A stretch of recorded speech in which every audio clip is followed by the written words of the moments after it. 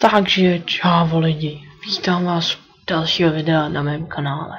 Dneska tu máme krátkou informačku. A ta informačka se týká toho, že mi zabanovali všech 5 zbylých postav. Tahle tam mi zůstala jako jediná.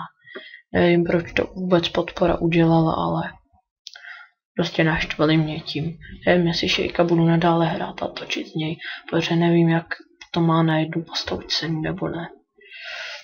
Prostě tohle to mě hodně naštvalo, protože já jsem tady na těch postavách makal prostě spoustu měsíců, ale tohle to tím mě prostě úplně naštvali. No, vadí. Prostě mi do komentářů napište, jestli mám s točení z jedné postavy pokračovat nebo ne. A ještě taková informace na závěr. Tohle to byl apríl, nic se neděje, všechny postavy jsou tu. Aha. Takže tohle to byl jenom takový fórek na oživení mého kanálu. Takže díky, že jste se dívali, já se s váma loučím a čau čau.